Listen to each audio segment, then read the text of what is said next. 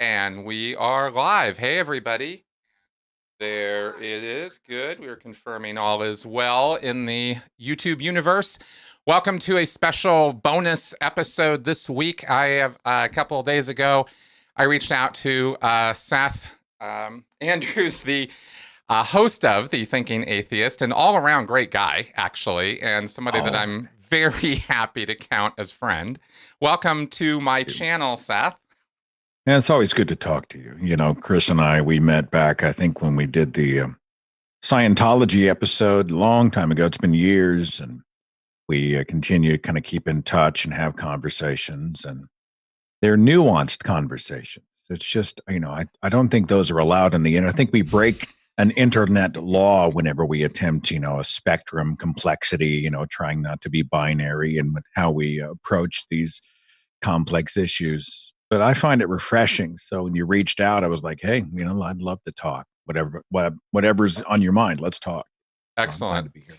Well, thank you for doing this, Seth. And I do have, this is really just kind of something I've not tried this before. I thought I'd try to throw a live stream out here where I've had some ideas that are sort of formulating, sort of percolating. They're not really fully formed. And I wanted somebody to talk with about them. And I just couldn't think of somebody better to reach out to than you. So I thought this would be, because I've seen some of your recent live streams and talks, and I think you're thinking about some of the same things I've been thinking about and some of the difficulties we're running into that COVID is sort of exacerbated, but I think have always kind of been there, and now this whole situation is blowing things up and stretching the seams and that kind of thing. Yeah, I know. It's like COVID has become a black light that is exposed where the stains are, right? Where that we've seen now in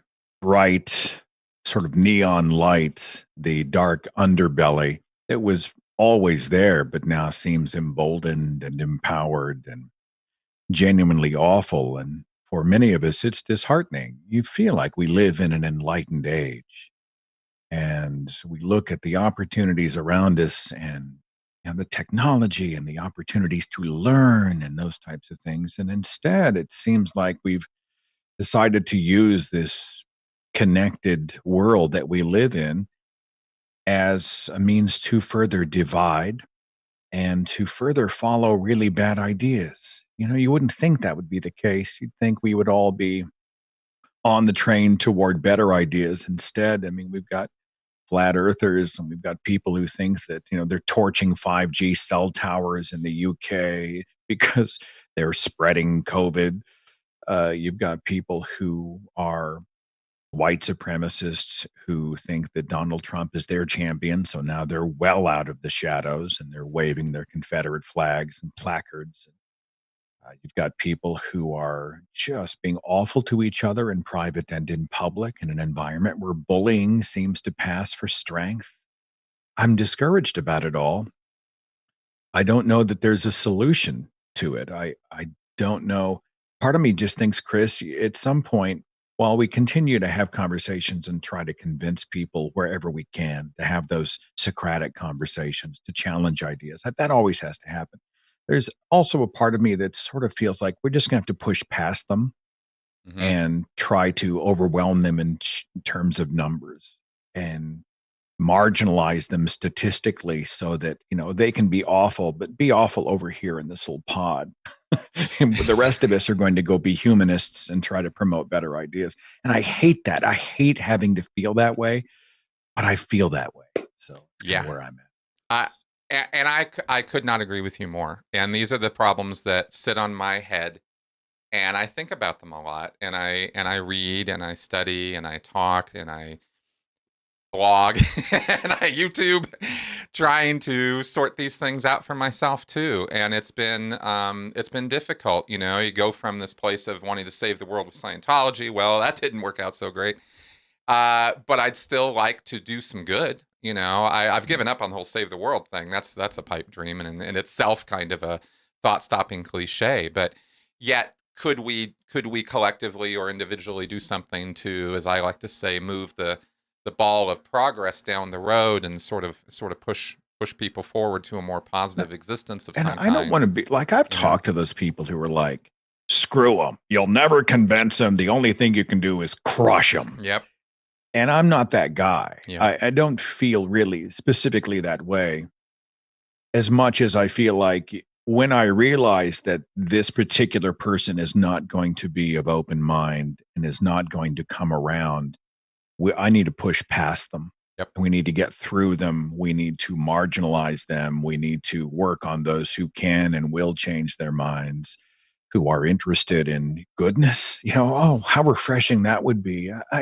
I hate living in an America where awfulness is lauded and appreciated. And whenever I speak about Donald Trump in a negative way, because I'm a humanist and I think he's a horror of a human being, I'm amazed at how many people, even some atheists, who show up and they immediately throw out the conversation stopper. Well, this is Trump derangement syndrome, right? Which is a way for them to ignore the specific points I'm making about anti-humanist behavior, bigoted behavior, bullying. He's talking about Joe Scarborough this morning, right? He's implying again, or actually there's an article about the widow of Scarborough's, I guess she was an employee of his office back when he was in government. Yep. And so Trump continues to tweet these implications that Scarborough murdered the woman. And so he's a killer. And it's been totally debunked. She had a brain injury, which caused her to lose consciousness. She fell, she hit her head. Scarborough was in another state when this accident happened. So when a president is willing to use the power and influence of his office to say and do an obvious lie, accusing a fellow human being of murder, and 40 million people who still support him don't raise a hand and go, hey, wait a minute, that's really problematic. I become discouraged. They see him as, well, he's strong. Yeah, he's kind of a jerk. Sure, he lies. Sure, he's a bully. Sure, he's this. Sure, he's that. But, this is the America that I want. And I think, no, it's not. It's not the America that I want. It's not the America that I support. It's an antithesis of what I wanted for this country. I grieve about it. And, people, some of these MAGA types are like, well, aren't you proud of America? And I'm like, no, not at this moment in my, I love America. I love the United States, but it's like having a loved one in your family that goes off the rails and starts doing awful things. Your love for them doesn't change the fact that you have a tremendous sense of disappointment, even shame, and a desire to see them return to a good path. I don't know. I'm babbling, Chris. I'm sorry. Not at all. Going on. No, not at all. You're saying what I've been thinking as well. In fact, so much so to the point that this isn't the America I like. I don't even recognize this America in so many ways. I don't even know what this is. I mean, how do you define greatness? Like, the whole world's laughing at us. Yeah. The whole world is like, whenever they had Trudeau and those other world leaders and they caught him on hidden camera and they're just mocking. They're like, oh God, to just see Trump's people. Oh, they must have been losing guys. And then you look around and you find yourself seeking out true leadership from elsewhere. When Obama, who's not even president, says something presidential, you are reminded of what leadership looks like. I'm not saying I worship Obama or that he wasn't a flawed president or flawed man, but he was an adult in the room. When you look at Merkel and you look at Trudeau and you look at other people, without saying that they're perfect people, they're far from, but they exhibit true leadership, and you hear that language, you hear responsibility. What people need in a time of a global pandemic. They want to be reassured, they want to be inspired, and they need to be instructed. And there's none of that coming from the leadership in the United States. He uses every opportunity, even Memorial Day weekend, to just be awful, to continue to lash out. And those who like that behavior, to me, I've become less and less patient with them. I don't block people often. But this morning, I was happy to just go through and just knock a few people off my threads. Like, I'm tired of listening to them. I'm tired of listening. I said something about how you're like a parrot squawking in my door. Like you come to my house, my door's open, and you're squawking at me. I'm tired of the noise, and I'm sick of the smell. Block. Right. And that's where I've come, Chris, and I just hate that. Well, But it's just how I get it, feel, man. you know. I get it. Well, I've been thinking about this, and like I said, I've been reading about it, and I get these little seeds planted, and they kind of just start fomenting in my head, and maybe growing into something nice, maybe growing into weeds. I don't really know. That was the point of my call today. Let's just get into it, because I think there's a thought here that I think might lead somewhere, that might possibly then lead to reframing or re-looking at how groups of people operate, and the responsibility and the motivations and the actions of these groups. And I'm big on talking about extremism, of course. I think there might be something here even more basic than that. And let me tell you about the germ of this, where it started, and then then we can sort of see where it goes. I'm reading this book, Skeptic's Guide to the Mind. This guy, Robert Burton, and this is just a bunch of essays. I've referenced it a couple times on my show, and I'm not going to read a big thing here, just a bit here of an essay that he wrote where he's talking basically about the idea of a group mind or group think. And he actually, and I'm not going to get it, I've got it pulled up here. I can get into the specifics of it, but he makes reference to slime molds. And the reason he brings up slime molds is because they are forcing us. And if you look this up scientifically, there's an article in Scientific American about it. There's research being done around the world on this. You wouldn't think slime molds are that big of a deal. Most of the time, slime molds walk around as individual little cells, get along in life, and everything's fine. When things get a little rough or they get tougher for them, they aggregate. They get into groups, and they start operating as a group. And this is when we see them. But they're forcing us to rethink intelligence. What is intelligence? Because the emergent properties coming out of slime molds look and act an awful lot like very intelligent behavior. And I found that fascinating. And what Burton, the neuroscientist who wrote this, writes is machinery, motor systems, blah, blah, blah. And then he says, my question's more fundamental. If our individual minds have emergent properties not found in the underlying brain cells, is it possible that further properties, higher levels of mind, can arise from the collective action of individual minds? More specifically, what if there's an inherent biological component to group dynamics that makes the notion of an individual mind inaccurate or incomplete? And it was incomplete that got me thinking. What if there's more to our thinking processes because of what's going on in the groups we're part of, that we glom on to, form alliances with, start thinking in the same patterns, so to speak? When I say something like that, I think everybody gets what I mean.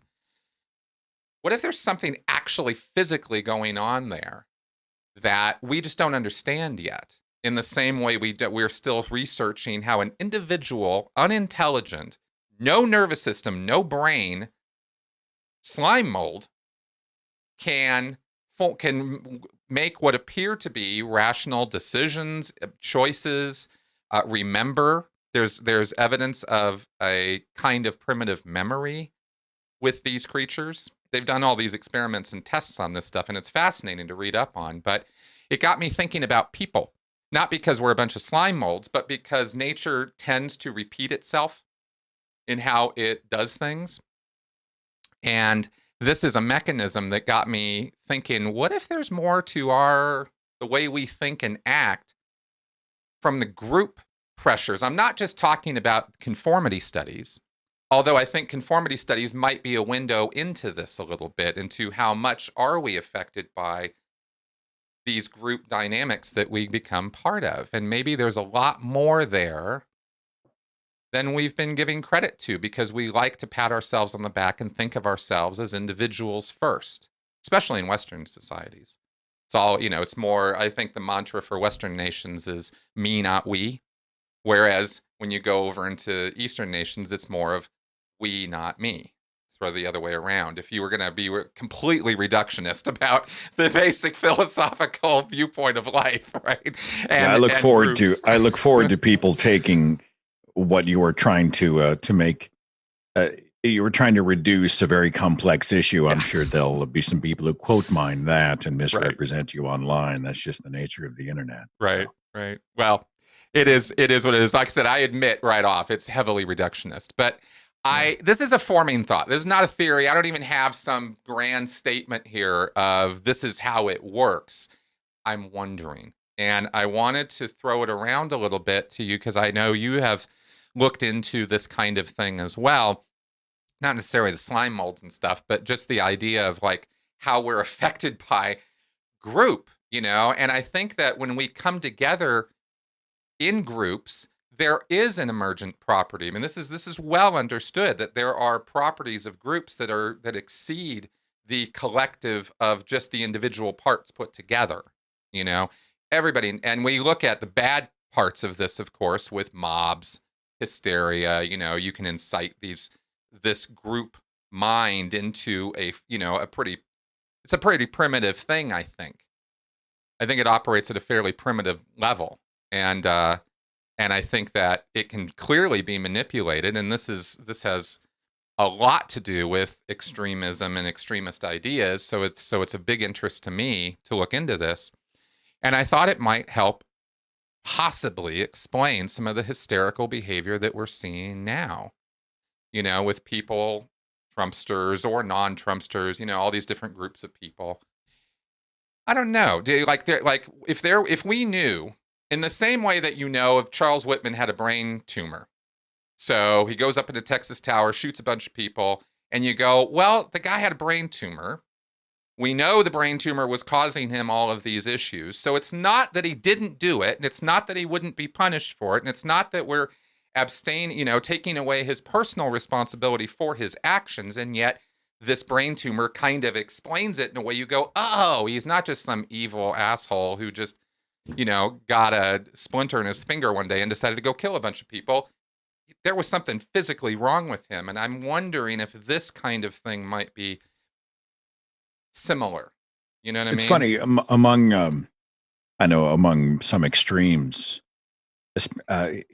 on the right and the left, there is a resistance to examine causal factors. Because if you examine the why, right? If you looked at Charles Whitman and you said, well, did he have a defect of the brain or a disease of the brain? You are taking away from the fact that the guy's evil. He shot people. And you're minimizing the deaths of the victims and the horror. It's like when we try to get into, I write about this in my upcoming book, Confessions of a Former Fox News Christian. I have a whole chapter about conservative perspectives on the death penalty. And I used to hold this. Like, I don't need to understand why somebody's a murderer. They're a murderer. They're evil. They need to be eradicated from the planet. And on a number of levels, this feels good. It feels like justice. It's a superior position that allows us a binary answer. There's good, there's evil. This guy's obviously in the evil camp, and he doesn't deserve to live because he killed somebody. And if you stop and you say, well, wait a minute, what happened? What do the formative years look like? Were they abused? Do they have some sort of a defect?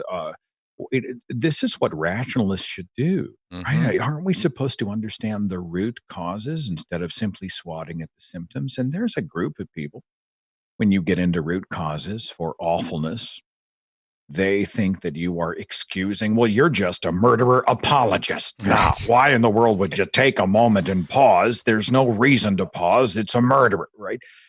Conservatives love this type of thinking. The Fox News crowd loves this type of thinking. There are some of my fellow liberals who love this type of thinking. We had a murder in the atheist community a few years ago. There was a guy who was an atheist activist, and he was in a relationship that had gone south, and he went on Facebook and he typed the word goodbye. He drove to his soon-to-be ex-wife's house or wherever she was living and shot her to death before he killed himself. we did a broadcast about the incident. And I remember when we were starting to talk about how did this happen? What motivated this quiet, easygoing dude to do this heinous deed? There was a faction of people who were like, why the hell are you being sympathetic to the murderer? He's a monster. That's all we need to know. You need to be all about the victim, you know? And I remember thinking to myself, when did why become the wrong question to ask? Right? It should Exactly. always be part of our questions. As far as the idea of, for lack of a better word, transcendent benefit to coming together, you know, people are able to achieve exponentially more in a group setting. Perhaps they have a fractional piece of the puzzle. They come together and it becomes more of a complete pod, which accomplishes or demonstrates or manifests something else. You know, I may have to leave that one to the neuroscientists. I do find it interesting. I'm going to piss some people off in your comments section with this one. I'm already kind of out of the side of my eye watching a couple of Yeah, I was maggots. going to comment on something about this in a You know, second, whatever. You but guys, yeah, look, go you ahead. guys can bloviate all you want. You are, the minute you say Donald Trump, they just want to talk about somebody else. And I understand know. why.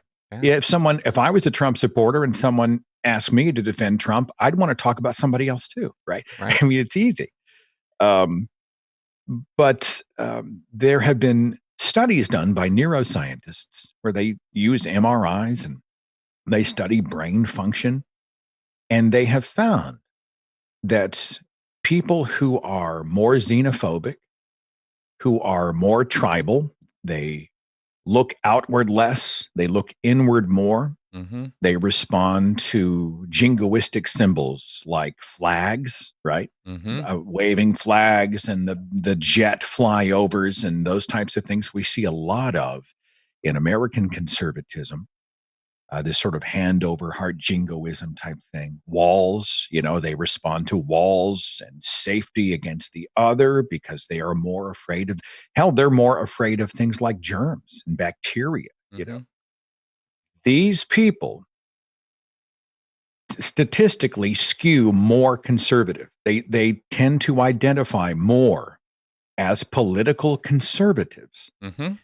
So there is brain science behind the reality that there are some people, I think, who may be hardwired to respond to somebody like Donald Trump because he talks about things that enclose them, that supposedly fortify their little pods, that lock out the other or otherwise the Muslim, the non-white, the non-Christian, whatever.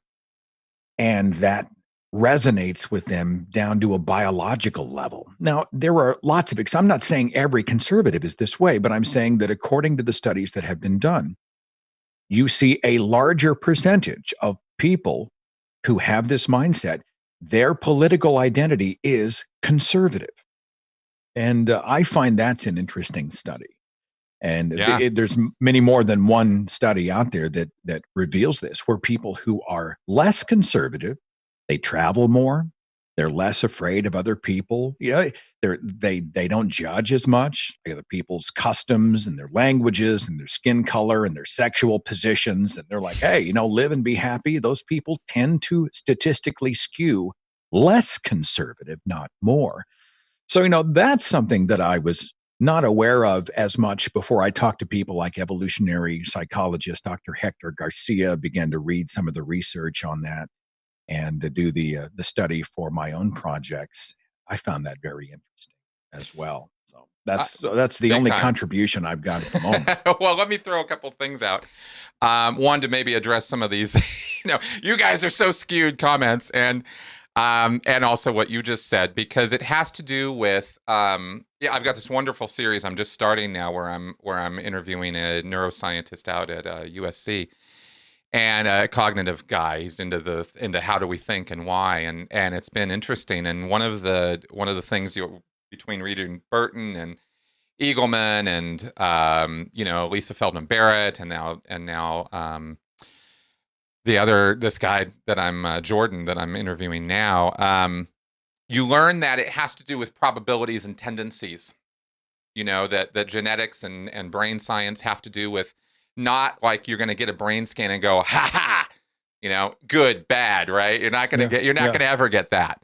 But what you will get are tendencies to go in certain directions, which can always be overcome by, life experience, education, culture, background, et cetera.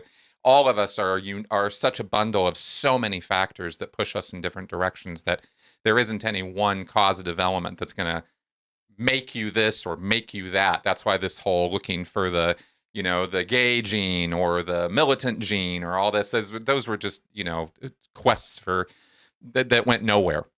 Oh, you and I are great examples, right? You and I came from this little pod of safety and absolute ideas, hard black, hard white, hard good, hard evil, hard yes, hard no, binary thinking. Yep. And we were able to override those tendencies. That's right. And sort of, escape the cocoon of indoctrination. So, yeah, I'm not saying all, like, I hate the word all. Right. We talk about that. And already I'm sure there are people who are listening who are like, he just said all conservatives or xenophobes. Yeah, no.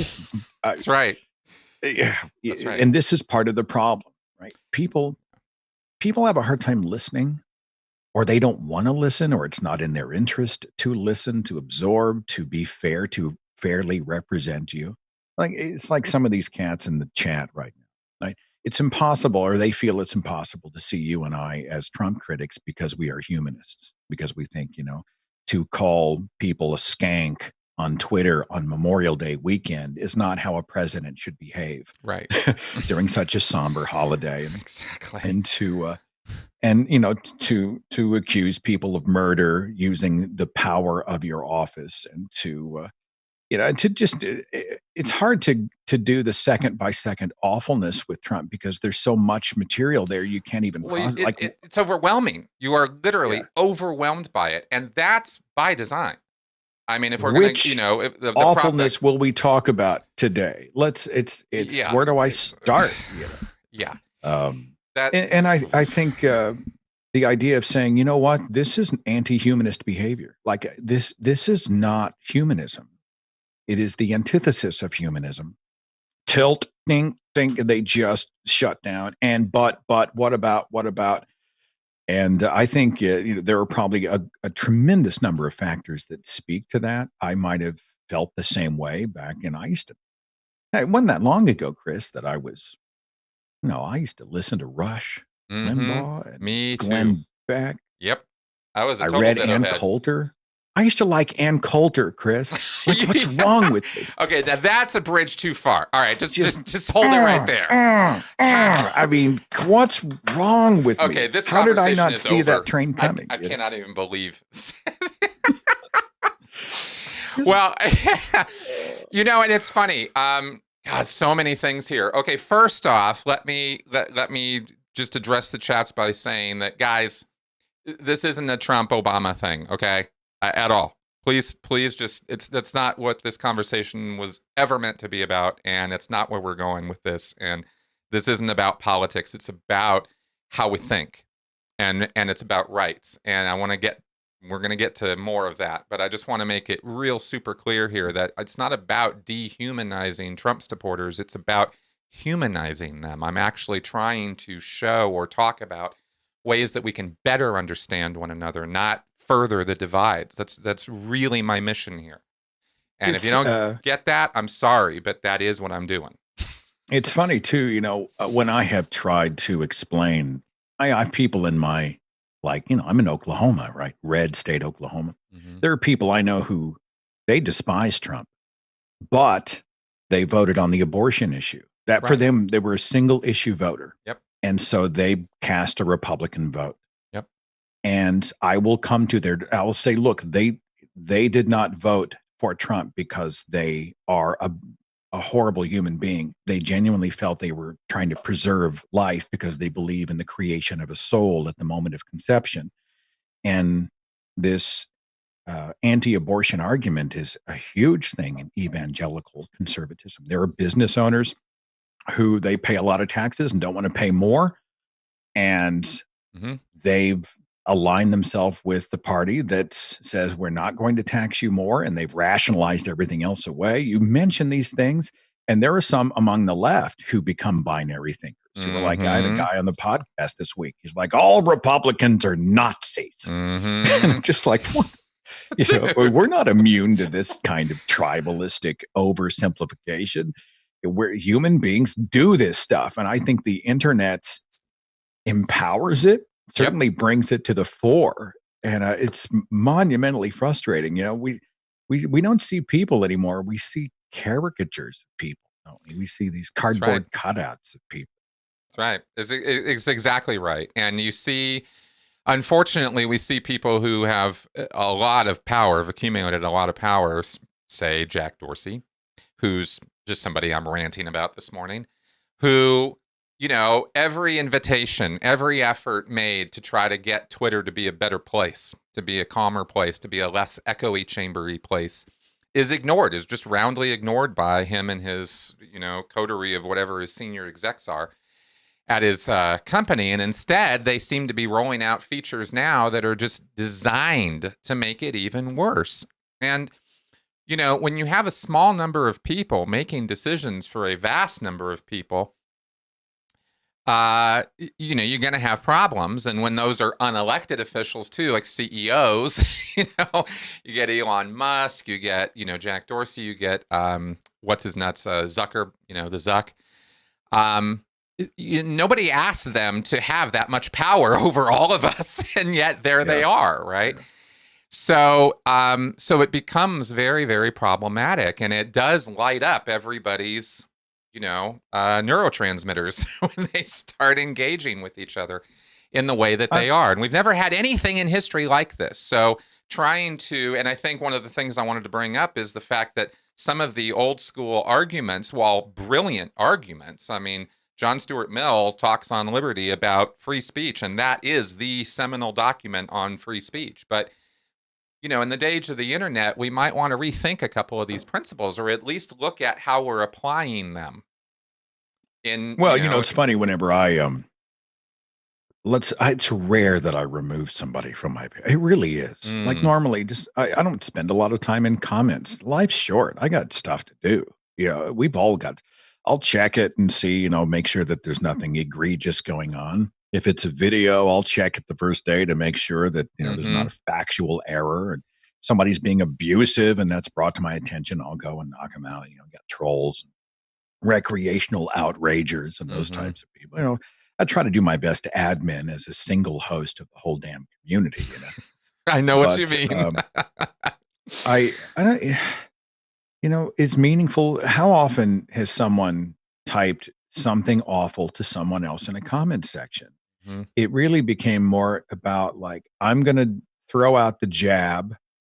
I'm going to rally everybody to my side against this person. So now it's a turf war. They're going to respond and they're going to rally people to their side. The amygdala kicks in, right? Everybody feels attacked, the backfire effect, no discourse is going on. Yep. Not that I've never thrown a jab at public figures. I think people like Trump and others who are doing awful things, especially the ones who take themselves really seriously. I love lampooning them. It's the same reason I love Jesus humor, right? Jesus is supposedly this off limits sacred cow. You don't ever make fun of Jesus. And the fact that I'm not supposed to makes me want to do it more. And I laugh even louder. So I'm not saying those things don't have utility.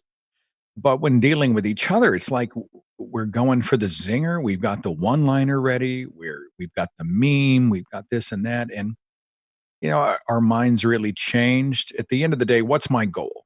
Like, do I want people to follow me into a better idea? Do I want to leave myself open so that I can follow them into a better idea? You've noticed, Chris, people over coffee, one-on-one, person-to-person, talk so much differently than they talk to each other online. But online, it almost immediately becomes nasty. I mean, I'm amazed. And I wonder, you know, is this just who we are and now all of a sudden we get to be that person? Or do you think the internet prompts that in us? I mean, I don't know the psychology behind it. So. Well, I'm what I interested. can, this is a real big question that gets asked, and my contribution to it, at least right this second, is, manners, etiquette. They're the lubrication of social interaction. We have social interaction. We it's obvious why. You don't have to go into big, deep, long, evolutionary holes to try to figure out why we have social hierarchies and why it's better for us to get along with each other and, and form groups and survive. The opposite end of the coin to that is, tribalism and extremism. And you can't have one without the other. They're both just opposite sides of the same coin, in the same way that critical thinking is the opposite side of conspiracy thinking. You don't get one without the other. For a long time, I didn't know that. For a long time, I thought, how do we get, how can I push critical thinking and somehow eradicate extremism? And then it was like the light dawned one day. I went, oh, I get it. We have this because we have, because we have the power of ultimate whatever, we also have the power of ultimate sin, right? So I think that that's part of the problem, but my point actually is that manners and etiquette are important. They mean something. They're useful. They actually have incredible value. And for some reason, when you give somebody an anonymity, when you take away their name or identification or ability to be held accountable, their accountability for what they have said or what they have done, when you take away their uh, responsibility for the words that they are saying or the actions that they're doing, then that is what opens the door to the awfulness, because then people feel like they have a pass for awfulness. And that's in real life as well as online. It's reflected both places. So, I mean, why do the KKK run around in hoods? It's not just, it's not because they like masks. We know that now. Right? They don't I'm like amazed masks. at how quickly the ad hominem. Normally, who was it who said the minute your antagonist slips into the ad hominem, you've pretty much won, Yep. right? Like, I resist this on these grounds. Boom, boom, boom, boom, boom. Oh yeah, you're fat or you're ugly or something like. I mean, that's the response. And this is a lot of what we. It's why I resist a lot of those types of things. When it comes to the criticism of public figures, really with all of the other things we could be talking about, and they just go for the ad hominem. This is a true story, Chris. Back when I first started the podcast, I did a story about a guy who was an atheist activist. And I don't know that I would have spoken to it today, but back then I was, pretty hot and I was, pretty acerbic and he was doing some stuff I felt was really awful. And I still think it was awful behavior. It was not helping the movement. And he was pissed, and so he goes online and he just gets nasty. And he just went off on me, and he grabbed a copy of my logo and he scribbled all over it and smashed it up online. I mean, he was totally outraged. And he called me every name in the book. Well, it's funny because it's like a year later, I bumped into him at a convention by accident. I was in the elevator, ding, and he hops on, and I know the guy. And so here's two people who had been, like I'd called him out, and he had lost his mind and said everything in the book about me, and then there was radio silence, and we're sitting there in the elevator. And the floor goes, another floor, and he looks at me and goes, "You're not going to hit me, are you?" And I just busted out laughing. Of course I'm not going to hit you. Are you kidding? And he laughed. And we got off at the same floor, and we actually ended up walking together, and we were talking. And it was not what it had been online. Right. It was human beings who may have still felt differently about this tactic that he was doing that I felt was horrible. And we smiled, and we maybe even said an apology. I want you to know that I'm sorry for anything hurtful I may have said. And it changed everything. It changed the temperature of how we thought of each other, saw each other, treated each other from that moment on. How we acted and reacted in the moment in person was a human experience. The internet, this sort of speaking to the avatars, has a dehumanizing effect. Mm-hmm. And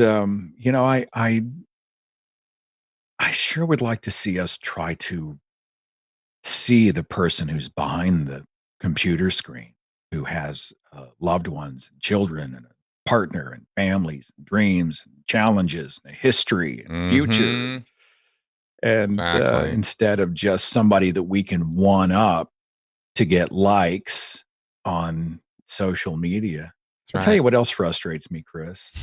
And I'm tired of it. I spoke about this on this week's podcast.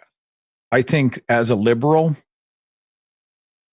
I'm tired of the extreme factions of the liberal of the left being completely intolerant to criticism. Right. Like, right. I'm not going to.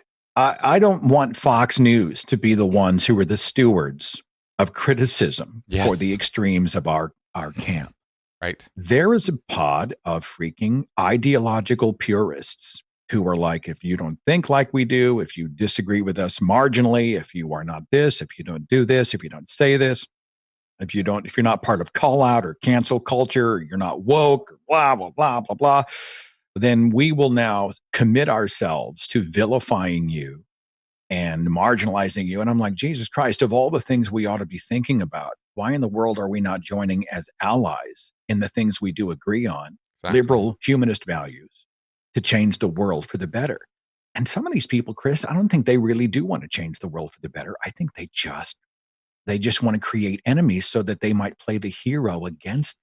Yeah. I don't know. What's your take on it? Oh, well, it's a whole thing. And I've actually done a couple podcasts with James Lindsay about that, because it's a complicated topic, and you got to know all the backstory. Otherwise you end up, putting yourself out for the turkey shoot that you're a racist, homophobic, transphobic, every bic, every phobic that you can possibly be. And, in those environments, nobody's really too interested in nuance anyway. And it's shameful, but true that we have extremists on the left as well as extremists on the right to complain about. And I've never really been shy about talking about those folks, but until you get some of the backlash for it, and then you go, holy shit. I thought we were supposed to be the smarter people. That's what we keep telling ourselves. We were supposed to be the more tolerant people. That's what we keep telling ourselves. I was talking to a Shannon Q, fellow activist. She's got a background in psychology, and she brought up a salient point, and this is a tactic. What many of these, there are awful people out there who will attach themselves to a meritorious cause. Okay. Mm-hmm. So they're being toxic, and all their whole life is just grabbing things you've said out of context, or accusing and baiting and screaming and memeing and just outrage is like a business to these people, a business model. And but they will attach it to a worthy cause, advocacy for people who are victims of sexual abuse, or some other worthy cause that we should rally behind. And they will attach themselves, their awfulness, they'll be over here attached to it. And so what they do is if you come after them and say, you're being hurtful, you're being dishonest, you're damaging the movement, you're a bad faith actor in this exchange, they're like, well, you don't care about the abuse of people who've been damaged through sexual violence. And then they actually throw the cause at you, and it's a tactic by a lot of people. Yep. And we as those who believe in honesty and in goodness and in humanism, I think we have to call out the extremism within our own camp. It's not a cheat to say, look, these factions exist. They're harming people. They're loud enough to get attention. They're a gift-wrapped opportunity for the Fox News crowd to misrepresent the left, because they'll grab the extremes and go, well, look at these freaking snowflakes over here. That's what liberalism is. That's what secular humanism is. They're eager to misrepresent us. I think we need to clean our own house before the arsonists burn it down. And I take a lot of heat for that position, but I stand by it. Yeah, I do too. I will say that till the cows come home because I have the freedom of speech to do so. You ever had somebody come on your page and if you actually remove them, they email or send you a message, Yep. you're my free speech, Yeah. like you are some sort of an anti-constitution censor. Exactly. You've censored me. Like, you're These not a guys. victim, pal. You're a guest in my house. If you abuse the privilege, the welcome mat goes away. I show you the door. You can go play in your own sandbox. You're not a First Amendment martyr, for Pete's sake. Exactly. And that's and we really gotta like get onto some like stable ground there, because a lot of the arguments being made by this crowd are they're standing on mud or quicksand or something. I mean, it's just not good, and it's not a good look at all for them. And that's the point I really wanted to make in this show also on the free speech issue is this why I put rights and responsibilities in the title of this thing, because we're all about rights, but this crowd of people who seem to think that free speech means you get to be an awful person and just get a pass anywhere you go, and nobody's supposed to say anything. No one's supposed to do anything. It's just supposed to be that you can just walk into the middle of the nursery, start screaming obscenities, and nobody's going to do anything because you have freedom of speech.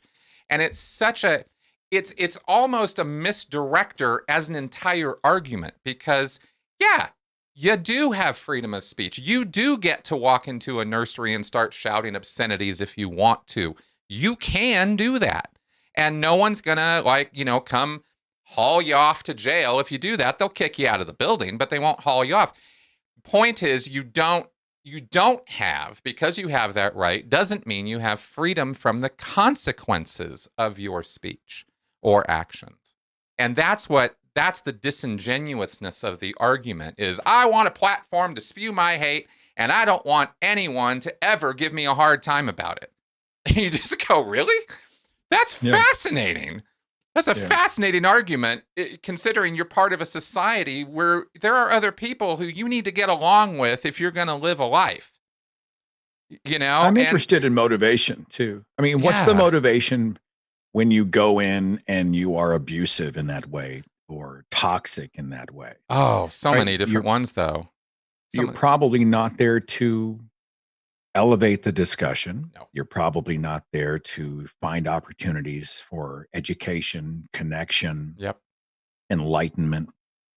Why are they here? What's their end goal? And if somebody, I call them bad faith actors, if they come in and they're just looking to get validation, attention, maybe disrupt the party because it makes them feel, maybe they get a kick out of it. You and I don't have it. We wouldn't abide that in our own living room. Why in the world would I abide it on my pages? Exactly. And that's an easy block. This morning I had one or two of them. I'm like, this is an easy block. That's right. And well, you get a few different things there, because I'm most interested in when that is the result of propaganda or indoctrination. That's where I get most interested, because that's my field, right? That's the thing I'm all about. You also get people who just want their 15 minutes. You get people who think any effect is better than no effect. I'd rather create a bad effect on you than not have than be ignored, than to not be noticed at all. You get some of that. But you also get people who are very riled up about their rights, because they're constantly being told that their rights are going to be taken away from them if Y happens, right? And this really comes heavy down on the Fox crowd, which is where I think where most of that propaganda exists. And that's disturbing. That's disturbing to me. And it's interesting, this Fox News culture, people are like, well, all the media is the same. They're all equal animals. They're all equal quantities. Mm-hmm. And I'm like, here's another instance where, nuance goes away and it becomes a binary equation. Some of this is done by design, right? When you see people are like, well, distrust the media, trust me. Rush Limbaugh does this whenever he says, I don't need equal time. I am equal time, meaning there's them. But fortunately, you've got me to give you the truth. Donald Trump, fake news. So don't trust them, but you can trust me. You've seen a lot of this via cult leaders. You know, what Mm-hmm. they do is it's not that they infect your normal, they become your normal. 40% of people who voted for Donald Trump in the 2016 election listed Fox News as their primary and sole source for news information. Mm-hmm. So what you've got here is a conduit, a narrow conduit, a tunnel of information / propaganda that's informing their views of the world. And we found that among people who are less conservative, they had a wider spectrum of conduits for information, whether it be the major news networks, NPR, the New York Times, even browsing social media, just what they're doing, even local news. They would find different conduits to assess what was happening. Not that bias isn't a problem across the spectrum, but we're seeing more of it on one side in a Right. specific way. That's right.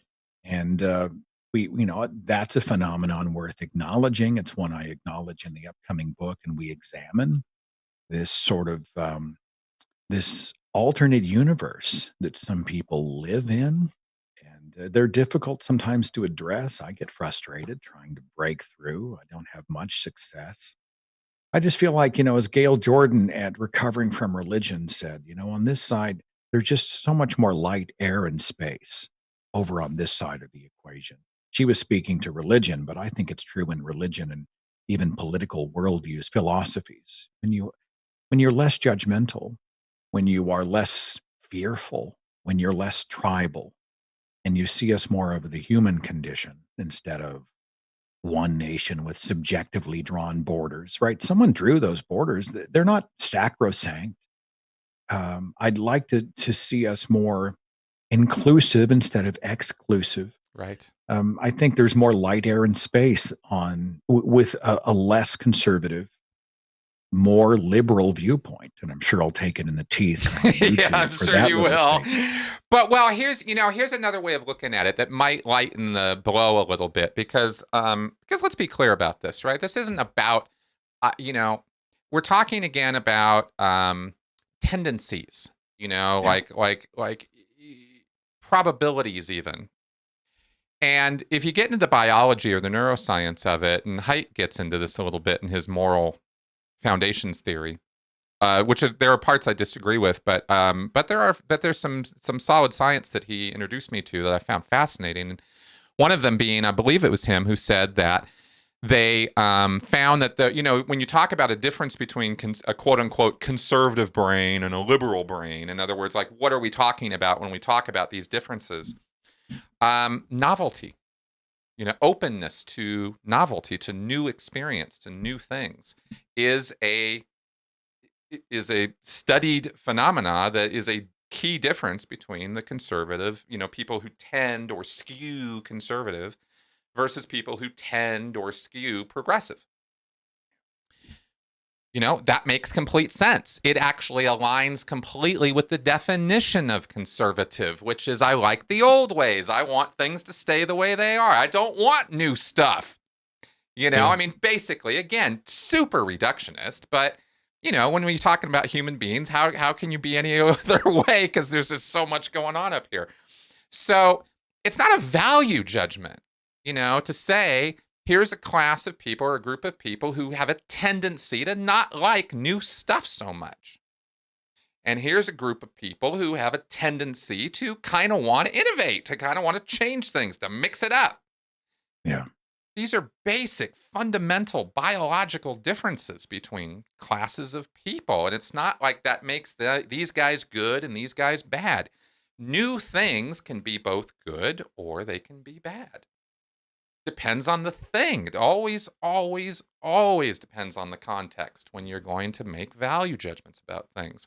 That's why it's just a thought-stopping cliche to just go into any of these statements of all conservatives are this or all liberals are that. These statements are to a T, 100% nonsensical. The only thing you could say with accuracy about all conservatives is that they're conservative, And the What's only that thing line? All generalities are false. Right, I always pretty thought that was a much. clever line. Yeah, exactly. Well, and you Only spoke a to Sith speaks the in fact that absolutes. there are some who, many who lean more conservative because it's safe. Make America great again, meaning they want to recall the greatness, sort of this Norman Rockwell-esque greatness, which they have been taught Yep. was part of our heritage, and we must return to the traditional system, the value system that once brought us to greatness. I get into this in the book.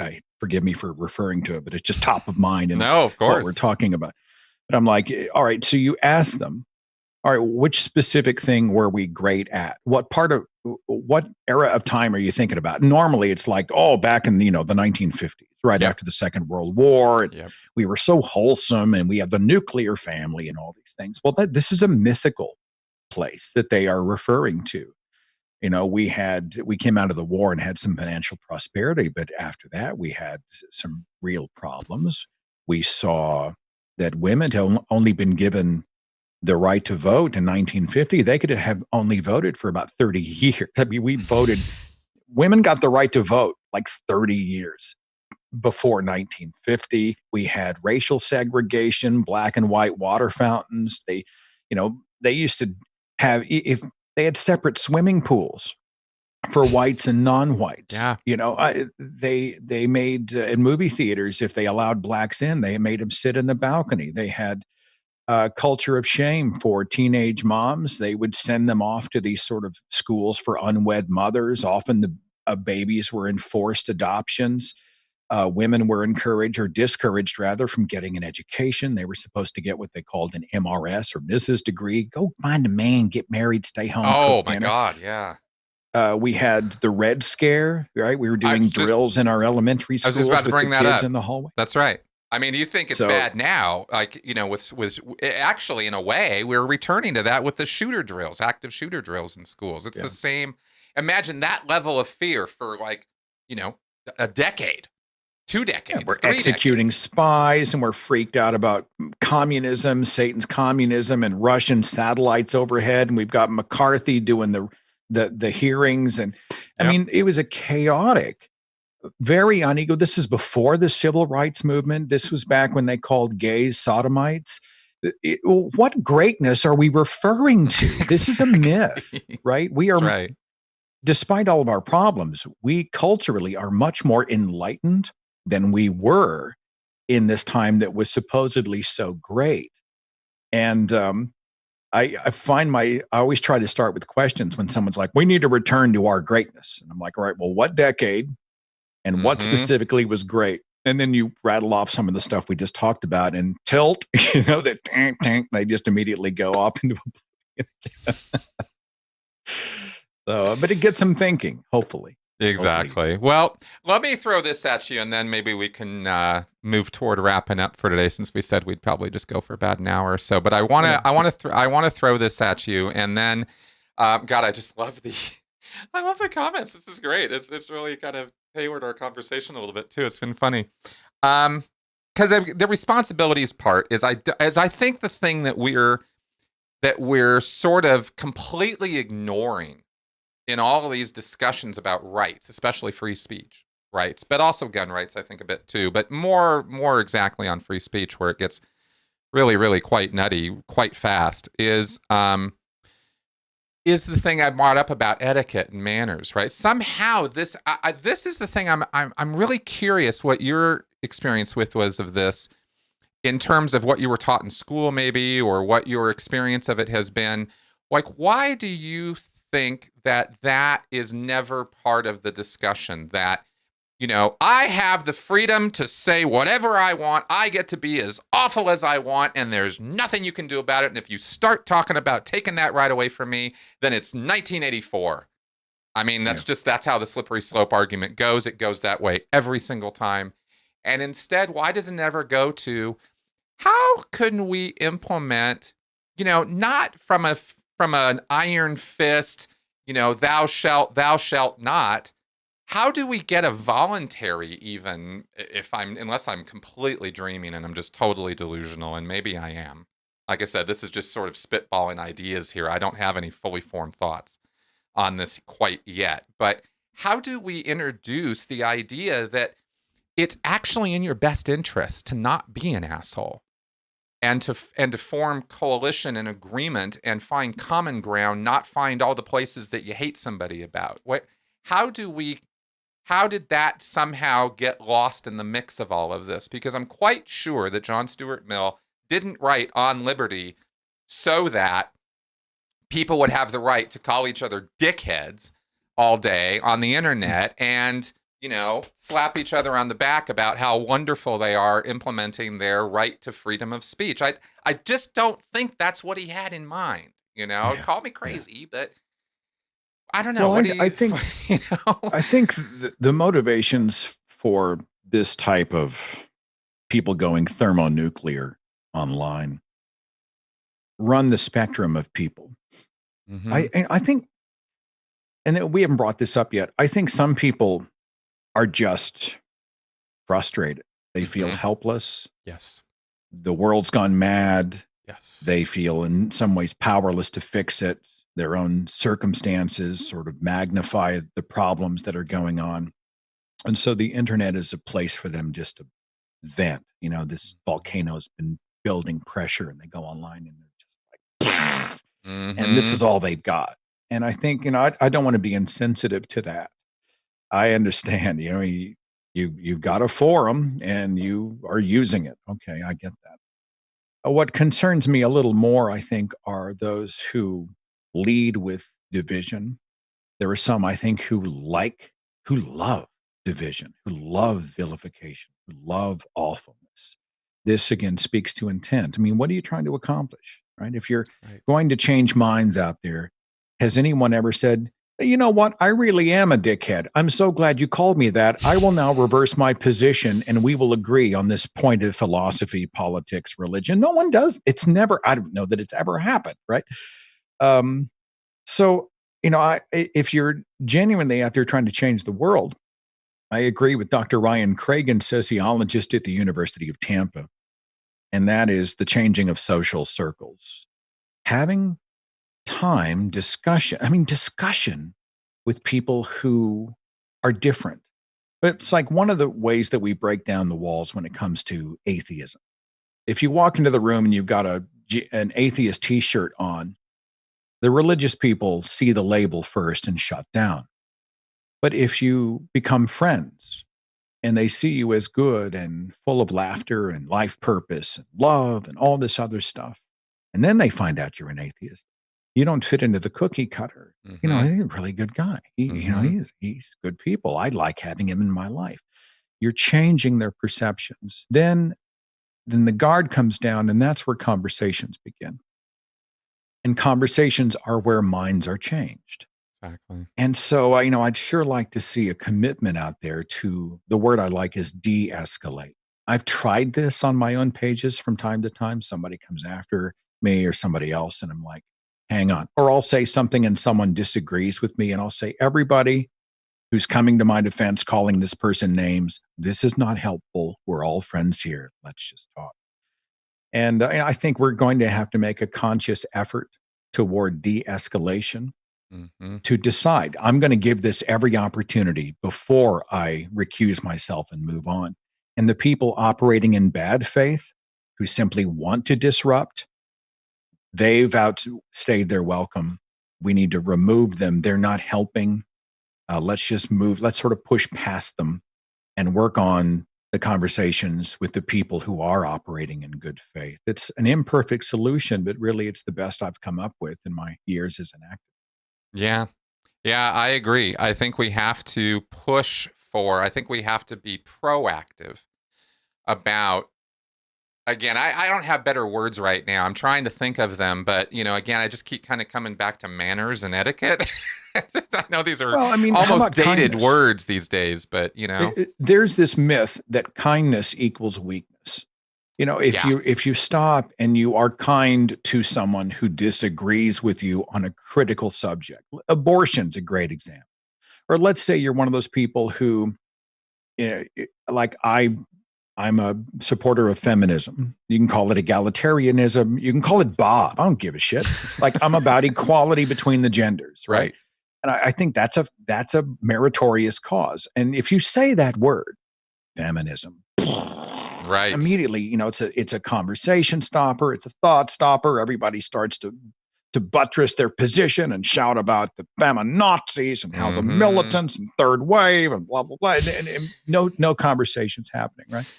And Right. I'd sure like to see us. We stop and we would just literally blink and check ourselves and say, okay, what do you mean when you say this word? What would you say to this? And if we were to de-escalate at the front end, we would probably, I would hope, realize, you know what, we're both about the same thing. We may frame it differently. We got a different label for it, but we're both advocates for equality. We don't want to see people, gender, color, whatever, discriminated against. So yeah, maybe we have more in common than we have in opposition, and we're actually on the same side. Wouldn't that be refreshing? I don't have high hopes, Chris. I know, me neither. I know. We talk about it's almost like we're imagining what heaven would be like or something. It's so bad. Right? This is a Pollyanna version. This is like, you and I have died and gone to utopia and everything is all bliss and hug. This is not how the internet works. But, if anyone's watching, listening, my commitment, and I fail and I try to get better, is when I see something like that, instead of going immediately for the zinger to try to smash them in public and have everybody double down as their amygdalas go into overdrive, we, I think, need to say, all right, let's de-escalate and approach this person as a flesh and blood human being. Let's ask a few questions. Let's passionately argue our point, but let's at least lead with kindness, strength, but kindness, and see where that takes us. And if the time comes to walk away or get pissed or block or whatever, I mean, that's not the first step in the journey. Exactly. And, the thing you said earlier also, I think that there's a misrecognition of some of, maybe a lot of the communications out there. I even said this the other day, Twitter, for example, that's where I go to rant. I just rant there. I mean, it's almost stream of consciousness sometimes, it's just like, Yeah. And because guess what? I'm human, and ranting is actually cathartic sometimes, right? But I do the same thing. Of course. I mean, we all do. That's kind of what Twitter's become. I don't know that it started that way. Originally, the idea, I think, was sort of tweets, like little snippets of conversation you hear from other people in a coffee shop was the idea, and you just sort of tweet them out. And I was told originally Twitter was kind of a nice place before politics started being talked about on it, and then news streams got on there, and then it was just all over. So sure, you go there to rant, but maybe if we somehow learned, I like I said, we're moving into a new age here. We're at the cusp of something really amazing for humanity, or really terrifying and awful. We really don't know which yet. But part of this moving into this new realm of humanity's existence, I guess you could say, is educating us that paradigms change, things shift, and maybe this part of the internet is where you go to rant, and everybody kind of gets, if we could somehow educate people on this, because we're going to have to somehow rethink how we're educating young people now to this new reality that we have that is not like the 1950s or the 1850s or the 1750s. It's different. And maybe if we knew, that's the place you go to rant. Nobody takes you seriously there. That's what you get to do. And nobody's going to go off on you. Nobody's going to publicly shame you. You know what I mean? Like, if you just had a place to go do that. And then here's the more serious part of the internet. I don't know. Like I said, when you rant, I think your social media platform can and should reflect your interests and values. Yes, for sure. So when you go on a rant, like when you and I go, Trump disrespected Vietnam POW. Yeah. And we find this unconscionable. Right. We're reflecting our value system. Yeah. And we might be ranting, right? When he goes and says, Joe Scarborough implies Joe Scarborough murdered an associate, kind of thing. We're like, this should not stand. Like, this is not normal, healthy. It is not something we as humanists, as Americans, should ever abide. That, we blow out whatever we're going to do. I think our platforms need to speak to our values. Mm-hmm. And I don't mind, blowing off some steam. Hell, I did it this morning. Mm-hmm. Sometimes it's what it is. But I think in our interactions with other people, whenever possible, you find out kind of where they're coming from, do your best to empathize, and then only if you feel they're a bad faith actor, a disruptor, etc., do you shut that down. And but dude, continue to rant. No one expects you to be doing a tremendous amount of nuanced thought in 280 characters. They just go and be you. Exactly. I just think that there are appropriate places to do that. It's true. I mean, one platform has more utility for something than another. Yeah, for sure. Exactly. I used to concentrate a lot of my time and effort on Facebook. Long posts, pay attention to other people's posts, engage more. And I don't know, I pulled back from that. Now I'm more on Twitter because it's kind of, for what I'm using it for, it's faster and easier, I think, is well, it forces brevity, doesn't it? It does. You've actually sort of had to train yourself to sort of encapsulate more. Yes. It actually makes me a better writer. Because I am trying to sometimes express complex thoughts or nuanced thoughts, and you only get what you get. So, so in a way, I like it for that. But I think that I think there's something there to somehow inculcating respect. Maybe respect's the wrong word, but at least recognition that other human beings are actually fully formed human beings. And not just memes for you to throw and castigate, and throw insults at. There's actually a person there. And I don't know that the anonymity that the internet provides is such a right that we need to be recognizing. People go, well, there's some people who have to have anonymity because, they're in a, situation where identifying them would be hazardous to their health, right? People in third world countries, stuff like that. That argument flies with me to a certain degree, but I don't need eggheads in America, hiding behind their anonymity, or the 4chan crowd, or all these guys, right? These testosterone-filled kids in their basements who just can't wait to say awful things because that's the only place they get to say them, stuff like that. I think that could be tamped down on a bit. And I'll tell you, the thing that I'm most on a tear about is that I think is literally ripping us up, and it's not even humans doing it, are the bots. Mm-hmm. Well, outrage is controversy is it's a moneymaker. Yeah. Right. People tweet and click and lights up that amygdala, man. And, as long as that exists,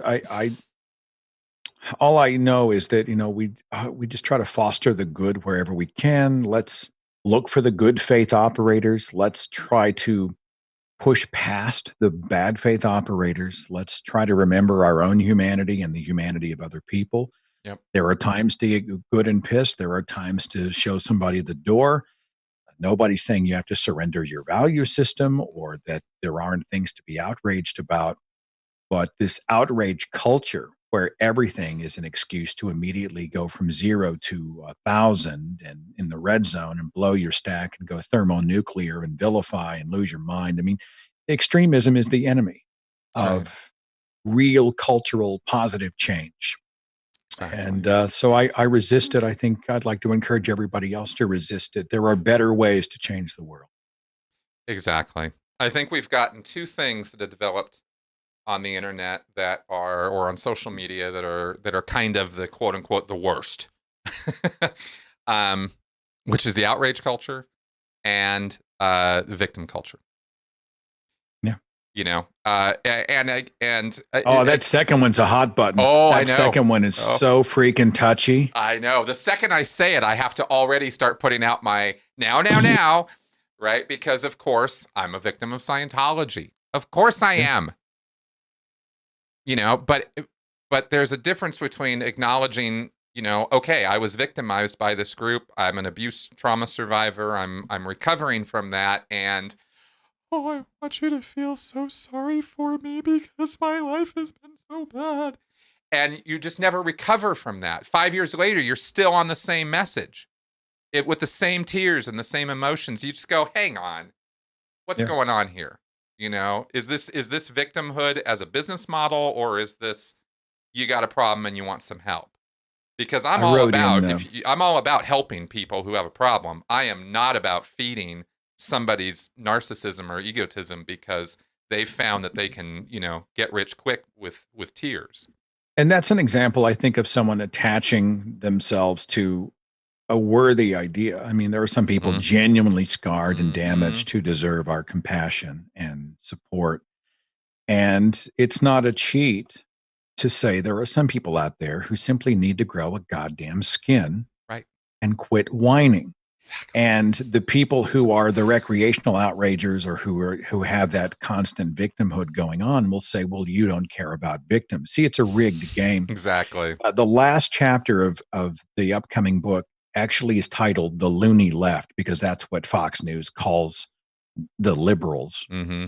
And what it does is it addresses some of these issues, some of the problems. Like, I'm a liberal for a reason. So I'm not saying I'm not, I'm left. Like, you go to me on all the major issues, and trust me, I lean left. Mm-hmm. But the idea that we're perfect or don't have real problems is just crazy. And a line I use in the book says that, yes, there are many people who are damaged and we need to be empathetic and cautious.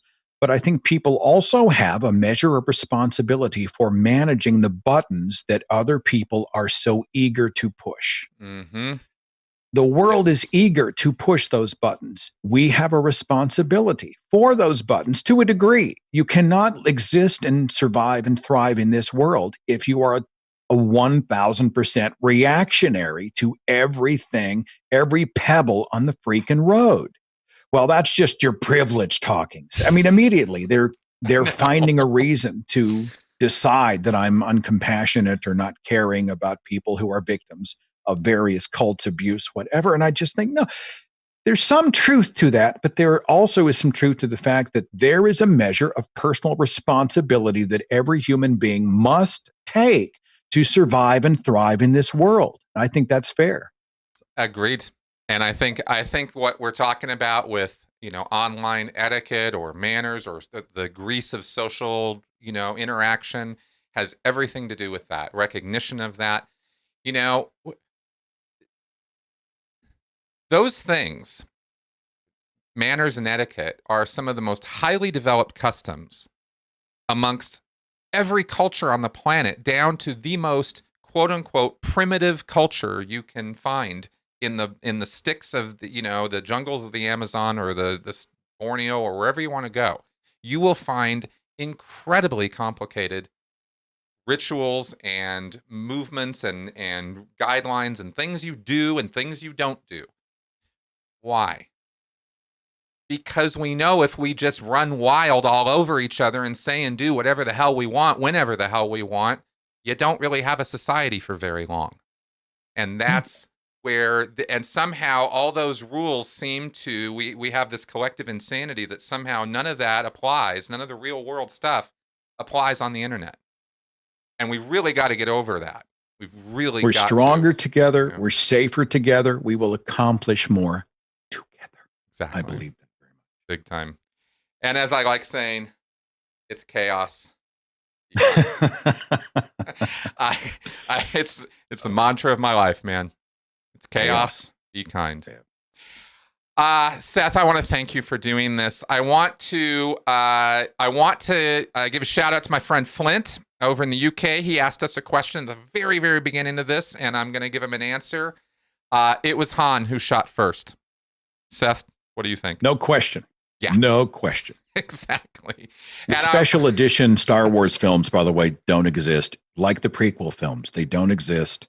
Yes. They've been wiped from my collective memory. Yes. Only the originals exist, and Han shot first. Yes.